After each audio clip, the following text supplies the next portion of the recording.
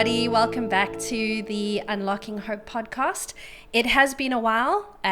We are back at it, and I'm very excited for what this year has to bring. Before we kick off with our first guest of 2025, I'd love to share a message that I received last year from a friend and his son after watching, I think it was either the first or the second podcast we did.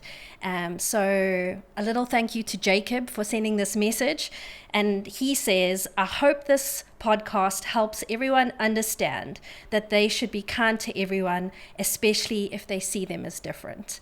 And Jacob, you definitely caught the heart of what we're trying to do here. So thank you so much.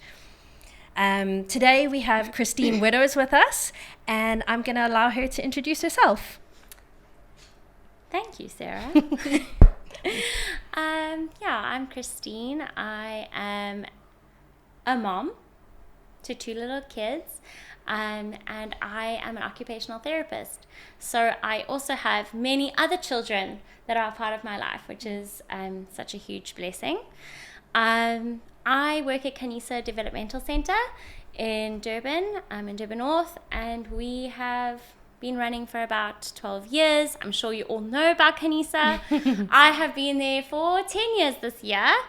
And Sarah and I go way back. 10 years. Yes, 10 years, where I was the class therapist for her son, Ali. So Ali was 2 years old on my hip because he couldn't walk yet. Yeah. And carried him around most of the day. And it was While he cried. While he cried at first.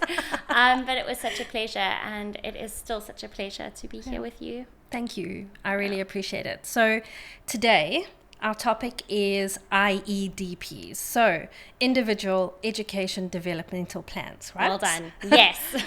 I should have it down after doing it for this many years, but I thought what we would do today is kind of structure the conversation half to benefit teachers and therapists, and half to kind of focus in on kids and parents at the same time. So I guess for both, what would you say are the key components of an IEDP when you meet with parents once or twice a year? Okay, so just so everyone remembers, yes, it's individual education and development plan. So for us, we use IEDPs so frequently that it's just like become a thing. Yeah, good. But it's really important for children with different needs to have an individual plan. So as we know, not many children fit into a box. Yeah. But then you get kids with different needs, and they really do benefit from having a plan that's individualized for them. And so an IDP, if I can just describe it a little bit quickly. Yeah, amazing. Every year we sit in the beginning of the year typically, or within 1 or 2 months of a child joining us at Khanyisa, we sit in a meeting with all the key players in a child's life. So that is the teachers in the classrooms, the therapists at school, any external therapists. So sometimes we'll have physio, OT, speech therapist. Sometimes there is a behavioral therapist or a music therapist. Yeah. So anyone who is really contributing to that child's development. Yeah. Other really important players are grannies or aunts and uncles who are very involved in the day-to-day. Yeah. Maybe pickups or afternoons at their house, as well as caregivers. Yeah. So if there are caregivers or nannies at home that support the child's development or look after them, or would need to know strategies towards basically achieving goals, that's who you want at your IDP. Okay. So don't even have an IDP until all those people are available. It's really, really important. So what we do is we book a time that we can all be together, and we do send out a form beforehand so that people can prepare. So the questions that you ask are, what are the child's strengths? What do you think the child's concerns are? You'll remember these questions. Yeah, I got them in the inbox. What are your concerns or flags that you would like to improve? Yeah. And then what is your goal for the year? Like, what would your big goals be? And then also, what are your big goals for the next 5 years? That's the scariest one. That's the scariest and the hardest one. Yeah. And it's definitely a journey, I think, of the years, if you could reflect on your IEDPs, how sometimes your answers have changed possibly. Oh, yeah. But yeah, it's a brilliant reflective exercise, I think. Yeah. So that when people come together for an IEDP, that you really focus on realistic goals. Yes. So in IEDP, during this meeting, we really celebrate how far the child has come. And then we look at what are the main goals or basically focus areas for the year. Okay. And then we look at strategies that can accompany those goals. We don't always decide everything in that meeting. True. And in the end, we do basically compile a very thorough document, and sometimes it feels too long, but a very thorough document that outlines the goals and the strategies that we're going to work on in that year. Yeah. I think it's probably important to mention the different areas in that document, because we don't just look at academics being a developmental center, and I think any school should look at development as a holistic, a whole scope of things. So we've got activities of daily living, we've got areas of well-being, we've got communication, we've got pre-vocational skills, technologies in there. We've got academic goals, so numeracy, literacy, those kind of things, reading and writing. And then we've got a variety of areas. So it really covers every area of development for a child. And then that's kind of, we sit and we discuss about realistic goals. Yeah, I think one of the things that I've always appreciated in those moments is the fact that we start with the celebrations. Yeah. Because it's so, we are so programmed to think of where we're going wrong in life, that to have those moments of celebration, I think, are such a beautiful way to lead into creating a goal for your child for the rest of the year. Yeah, and I think that I know we really look at strengths as the areas that we need to focus on. Yeah. Also because often we really want to get the child feeling like they are achieving, they're getting success at something. And then those other hard things, they can come. Yeah. But especially from an academics perspective, we definitely look at strengths first, and not a list of problems. Yeah. So we do avoid a list of problems, although problem lists are very helpful sometimes.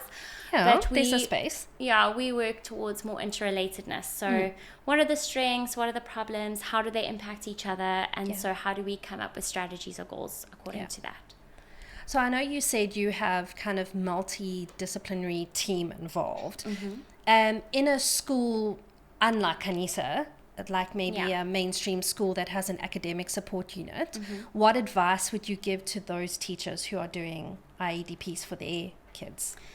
So I would probably say that I might be a little bit biased, but I think an IEDP is almost a non-negotiable for a child with special needs. Even if a child is coping with the curriculum in general, there are going to be areas, for example, sensory motor. So maybe a child struggles to stay regulated during the day. Those kind of things can be incorporated into a plan that then gets incorporated into the lesson plans. Okay. So starting with an IEDP is really important to find basically highlighted areas that are going to be the main focus. Okay. And what you might find is that academics might not be the main focus at that stage, but then we can have a look at how we can incorporate everything into one plan, which could be the curriculum. So I'm a huge advocate of adapting a curriculum. I know that in mainstream school it's extremely hard though. When you're having tons of kids in your class and you've also got huge pressure to achieve from a curriculum perspective. And then I think working towards finding some sort of areas to individualize would be really important for that child. That makes sense. Sense. And how would you advise teachers and therapists to get buy-in on an IEDP? So what I love about an IEDP, So if you like structure, and I'm sure majority of people who are involved in education like some sort of structure, it's really good to end with a document that gives you, it's like a little handbook, because we always laugh and say, like, children don't come with handbooks, they're like, we wish. Yeah. A manual. Like, that's exactly what I need to do to help them with their development. No. So with that IEDP document at the end, you've kind of taken what feels like a very overwhelming situation sometimes, and you have broken them down into, this is what I'm going to focus on this year. Yeah. I'm not going to focus on everything, because that's impossible. Yeah. But these are the main goals, and these are the strategies that everybody is going to be focused on. Right. So I think that's also really crucial. Yeah. Is that we're not in school focusing on these goals, and then at home we're focusing on those goals, and then in private therapy we're focusing on other set of goals. Because it kind of feels like everything's diluted then. Absolutely. And sometimes, there are many different strategies for things. So we could be doing one set of strategies at school, and they're the opposite of what's going on at home. And we just get this disconnect. Yeah. And we know with therapy and with education, consistency and repetition is going to be really important. So 100%. Yeah. if we are using AAC, which is augmentative and alternative communication. So you'll see like these little adapted cards and things like that at school, visual communication, or Makaton sign, or we're using specific communication strategies at school, but they're not carried over at home, or they're going into a therapy session that we're not using those strategies. It can be very difficult for that child to progress in those goals. So something that I think is really important, and why an IDP is so important, is that we do have a transdisciplinary approach. So when we have a speech therapy session, for example,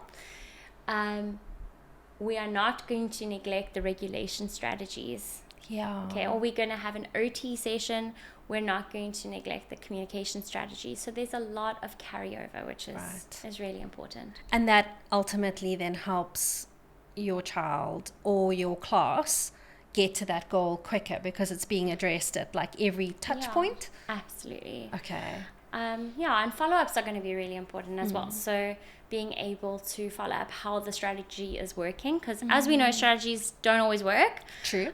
We always say give it 2 weeks minimum, 2 to 4 weeks. But this IDP is very evolving. So we've had lots of kids who we've done an IDP in the beginning of the year, and sometimes we're still working on some of those goals the next year. Yes. It's the same for Ollie. And then other areas, we've skipped a few goals, and we've like the sliding scale of development. Amazing. Okay, so we've actually not working on that goal anymore. We've really evolved, and now we've changed strategies, and that's super exciting. Can you give me an example of where an IDP has been incredibly successful, and maybe one where it hasn't? So I would say when we have progressive disorders, then it can be very challenging to do an IDP. So progressive, we're looking at a child who regresses in their development. That can be very challenging to set goals. Because we don't know what the next year holds, and we also don't know. It's hard to say what's realistic or not. Okay, that makes sense. And so that can be quite difficult and challenging, I think, for parents. And also to let go of hope as well. You don't want to let go of hope. We want to keep spreading hope. So finding that line, I think, it can be a challenge. I think also one of the maybe an example of where it can be challenging is when goals aren't realistic. So I would say this is something that can be quite challenging when you're sitting down to do an IDP meeting. We have some hard conversations between parents or different therapists or different ideas of things. What we want is we want to collaborate. So I've had a parent with a child with autism at 4 years old, and who's nonverbal, whose goal was in 2 weeks for them to be communicating verbally. And so that was a really hard conversation, because the parents' journey didn't quite match where the IDP was going to be going that year. And it's so hard because you understand the passion and the love and the intensity of that goal. Exactly. So that truth telling and hope spreading value that we hold very close at Khanyisa, I think needs to be something that is paired with an IDP, whether it's at Khanyisa or at a mainstream school. Sure.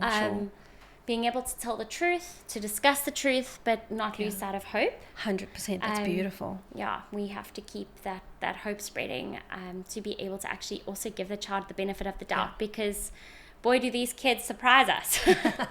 They surprise us and they exceed our expectations all the time. And we're constantly blown away by them. Amazing. And where has it worked really, really well? Like, if you could give an example. I think how it works very well is that because our goals are measurable, I would say that almost every IDP is actually successful in this way, that because goals are measurable, each year you can measure success. So you can celebrate the small stuff. Because I don't know about you, Sarah, I'm sure that you've experienced that. Like sometimes you are looking for the celebrations at times when it can be hard. And then sometimes the celebrations are really big. So it's finding, when you're able to measure, okay, last year, this was the goal. And this year, this is the goal. This is amazing. Look how far they've come. It's like taking snapshots of where your child is in their developmental path. And I love so that. IDPs can be a really beautiful thing to be a part of. Because I think we're so wired to just keep going and keep working on the next thing and the next thing and the next thing, that sometimes we forget to take stock and look back and go like, oh wow, like last year he couldn't do this and this year he can. I mean, I remember Ollie bear crawling everywhere and then he started taking his first steps and we're like, oh, this is amazing. Exactly. And the thing about development is that there's never an end goal. Like we don't want to push our kids in every area to be absolutely perfect. But when we're looking from a special needs or a different needs perspective, there's always going to be something to work towards. So development is just this. It's also it's very fluid. It goes like forward, sometimes backwards, sometimes 5 steps forward again, and so there's always loads to celebrate. Do you think, because we've spoken a lot about burnout over the years, do you think that IDPs help manage burnout from a parent but also from a teacher or therapist perspective? So I think by focusing the goals for the year, I think that would be really, really helpful for a teacher or a therapist or whoever's leading that class to feel like they've got direction. That's probably, that invisible load that parents carry. I can imagine for a parent with a child with special needs that invisible load is multiplied times 1,000,000 because you're not only just doing the stuff that you need to keep them safe and alive and, the general stuff. But there's this pressure from a development side. So an IDP just kind of focuses, okay, this year, these are the 3 main areas. This is what I'm going to try to do for my child. Or this is going to be the focus. Or these are the decisions we're going to make. Like in 5 years' time, let's try focus towards this. And it just maybe reduces that invisible load a bit. Because then you can pick your battles. You focus your energies rather than focusing everywhere and just feeling like you're just draining all the time. It's like, okay, on these 3 things, this is where I'm going to focus. I think picking your battles is definitely something that can be so encouraged, but yet so part of the IDP. It's like going, okay, these ones we're going to focus on, and those ones are not as important. So we prioritize goals. what do parents not see in the background before that IEDP meeting in the classroom? So I think probably there's a lot of assessment that goes in before the IEDP that maybe parents aren't aware of. Sure. So we do say when a child enrolls, they must be at least 6 weeks enrolled so that we can know them well, feel like we've got a good handle on their development, and so that we can have really well calculated intentional goals. I think in the background of putting that document together, our poor staff are like exhausted by the end of term 1. But there's a lot of back and forth. So actually, our therapists and our team, our class teams, sit and compile the document together. And one of the hardest parts of putting that document together is making goals SMART. Yeah. Do you remember SMART goals Yes, from specific, varsity measurable, days? achievable. Yes. Yeah. Okay. Making SMART goals is not like, in varsity where you think, oh, this is just like so time consuming. They are next level helpful to be accountable for yourself and also to make goals measurable. So we are super pedantic, and I'm sure that you've read that when you're reading your goals. But it is, that background work, it's enormous, but it is so worth it because then we've really got something to work with for the year. That's beautiful. Yeah. I mean, having been around a while, know how much effort and time the school puts into these documents, and the love and the compassion that they have when it comes to the kids.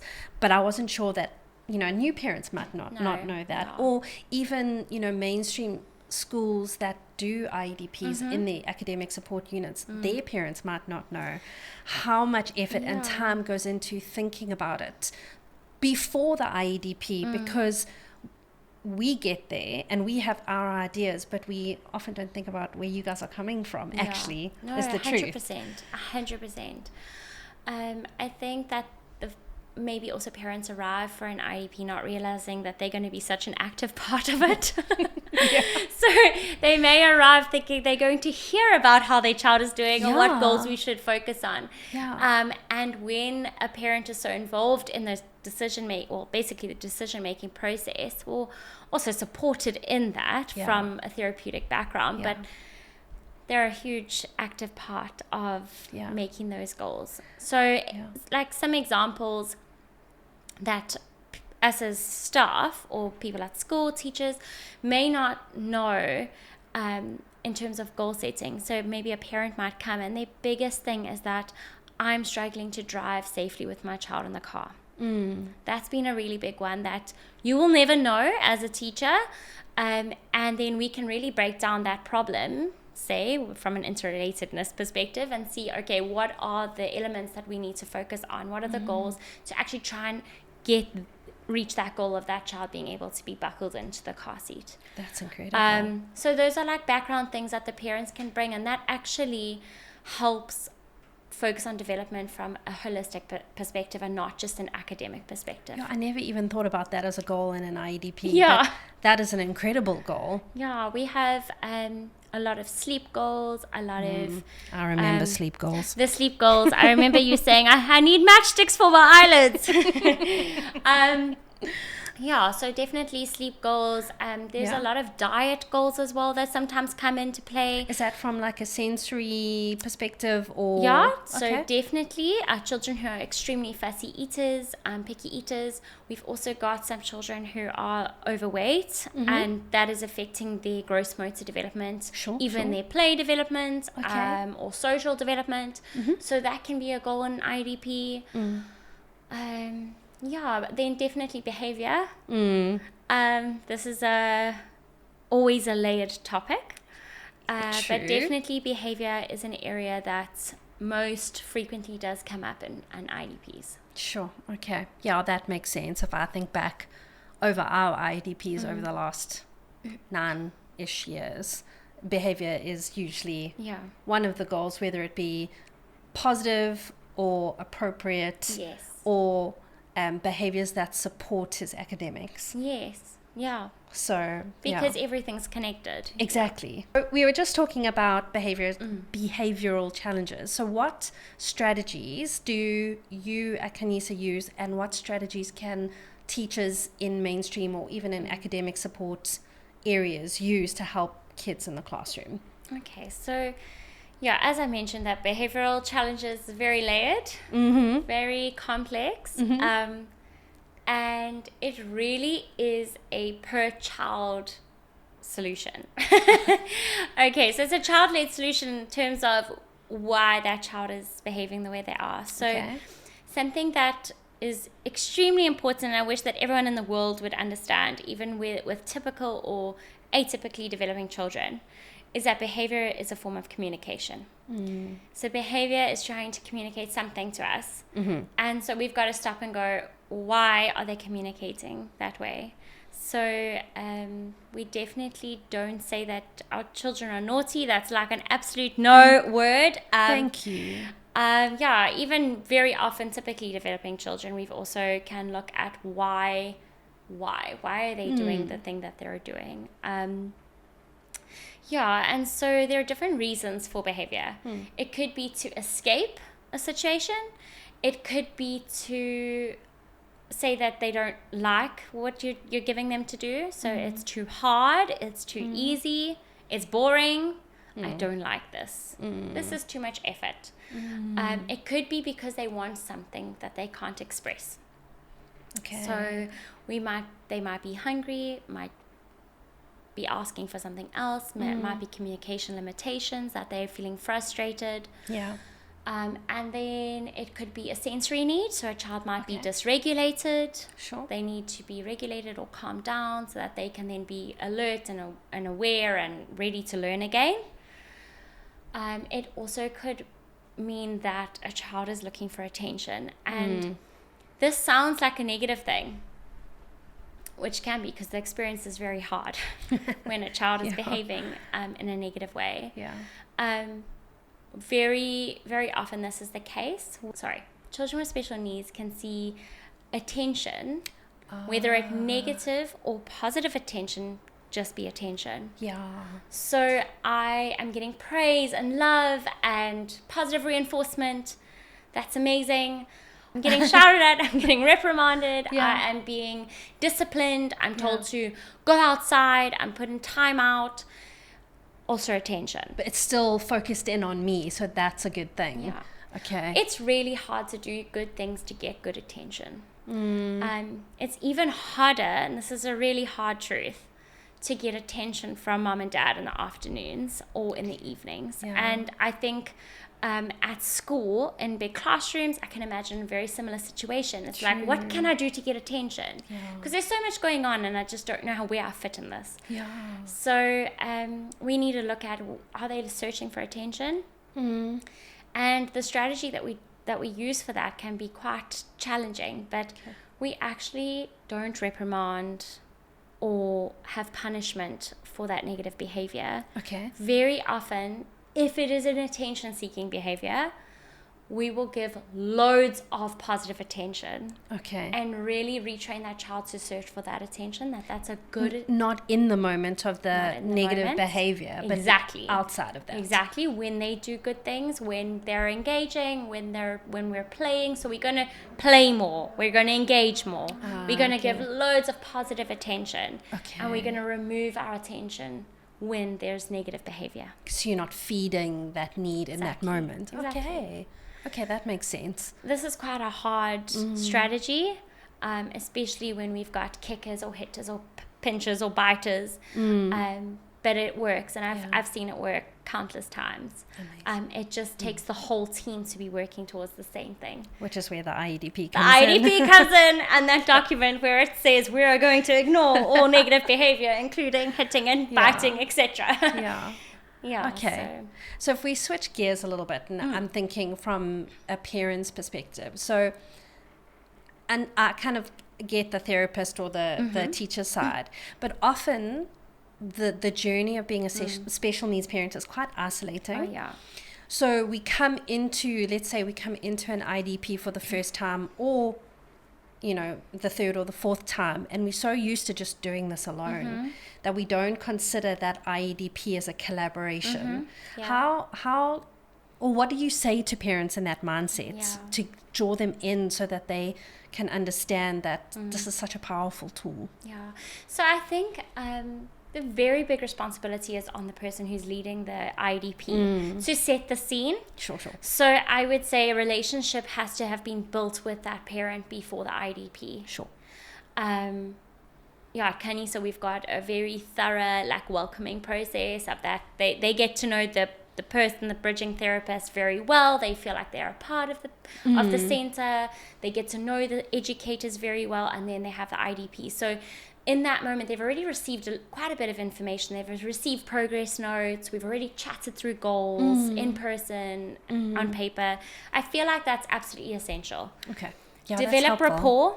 Yeah. And then I think for a parent, they're already understanding the values. They're understanding the goals of this IEDP without even understanding an IEDP. Yeah. And then when we are in that discussion, it's going to be a discussion. It's not, I'm going to sit there and the educators are just saying all the goals, saying all the strategies, and not having that collaboration. So the person who's leading it, I think, would be very important.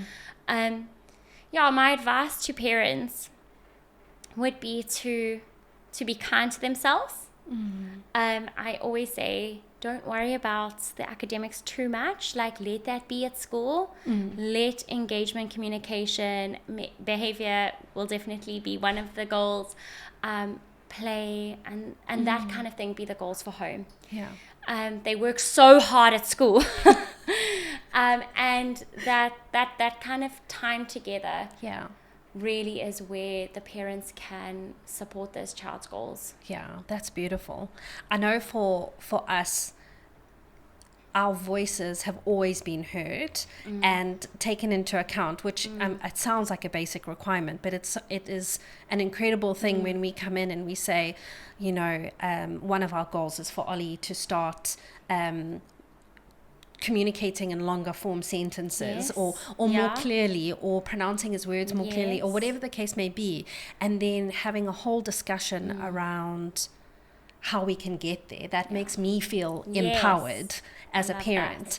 And so I guess my advice to parents is to go in and be vulnerable, honest, even if you think that they don't want to hear it. Absolutely, yeah. You've never said to me in a conversation, oh, that's not important.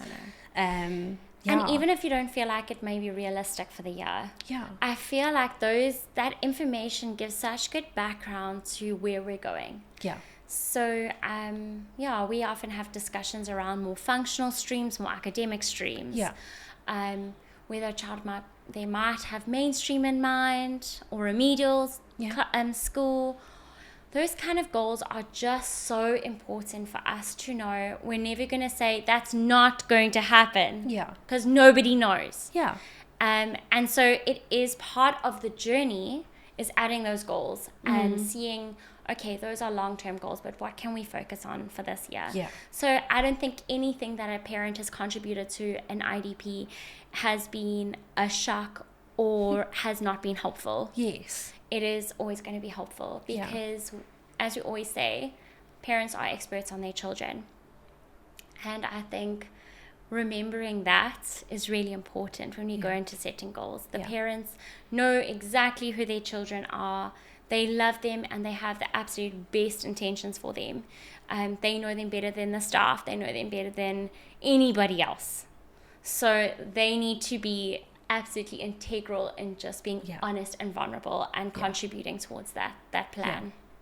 I think another key component is that the parents buy into the strategies, especially for home. So if the goal, for example, is I need my child to be safe in the car, it's great that you guys are working on strategies, whether it be communication or behavioral, but we have to follow through after hours as well for us to see the full benefit of it at the same time. 100%. I would say to parents also just attend the trainings. So we have amazing trainings every term. We really try to equip our parents with skills for communication, for behavior, pressure, for dealing with those kind of goals. And then also to be honest and vulnerable if things are not going well. Yeah. So I think parents sometimes feel pressurized to follow all those strategies. And so we always say if something is not going well at home, be honest, let's see what other thing we can try. Yeah. If it's not working at home, let's brainstorm, because in the end we just want that child to also feel empowered and not confused by strategies. One thing happens at school, another thing happens at home. But that there's some sort of consistency in how they need to do things, or how they are growing and developing or learning. And so we'd rather encourage and empower our parents in terms of skills and knowledge than not have that communication, the open, honest communication. I think one of the things that's really helped us at home and at school is this whole idea of there's no failure, there's only feedback. Exactly. Which is kind of being quite freeing, is that, okay, well, this isn't working, so let's just try something different. It doesn't mean I'm failing or the school is failing. It's just like, okay, let's try something new. Let's try something different. I've seen so many parents when I have said very simply, you've done such an amazing job. Like, very simply, and I mean it with my whole heart. Yeah. And I see their faces in our enrollment screenings or our assessments. They're like, do you think so? Or I don't think so. And so just really encouraging parents, like, you're doing an amazing job. So we don't hear it very often. No. So to hear it actually makes us feel quite like tearful, I think, sometimes. Of course. I mean, seeing tearful parents is... That's everyday job for you. Yes, exactly. For good and hard reasons. Yeah, of course. And I think that's where our communities can come in. It's been an incredible thing to be a part of the Khanyisa community. Absolutely. And even community at large, I would love for our communities to be able to support our kids with special needs in our community spaces. Yeah. I mean, Durban North is really doing so beautifully at that. Yeah. And we're so grateful. So we're really excited to see how communities welcome our kids into different spaces, that we have different communication strategies around, that we have areas for our children to practice work skills, and that they have employment opportunities. And then just in terms of supporting our parents and making them feel okay when their child has a meltdown in the shopping center or... so our communities really do play a big part in encouraging our parents. Yeah, that's amazing. Do you have anything more or anything that you want to highlight around IEDPs before we finish off today? So I would probably just want to say that an IEDP can feel very overwhelming for staff and for parents. And I want to break down the barriers between avoiding doing an IEDP, possibly for children who are in mainstream settings, and actually embracing like the beauty of an IEDP and what it can help you in your lesson plans and in your curriculums. And also encourage parents to read the IEDP, because I think sometimes it's a big document, and sometimes it sounds quite overwhelming, the words that might be used. Maybe there's a lack of familiarity with some of the therapy terms or the goals. I would love for parents and staff or teachers, therapists, to actually discuss those things, rather have those conversations than it just be a process of getting the document done, sending it home, and then we don't have a conversation till third term. But actually, if there's something that is confusing, to actually ask questions. Beautiful. Ask questions. Maybe say, I don't understand this, or why is this here? Like, have conversations around it. Let it be something that is practical and not something that is administrative. And let it also guide everybody in terms of working in as a team.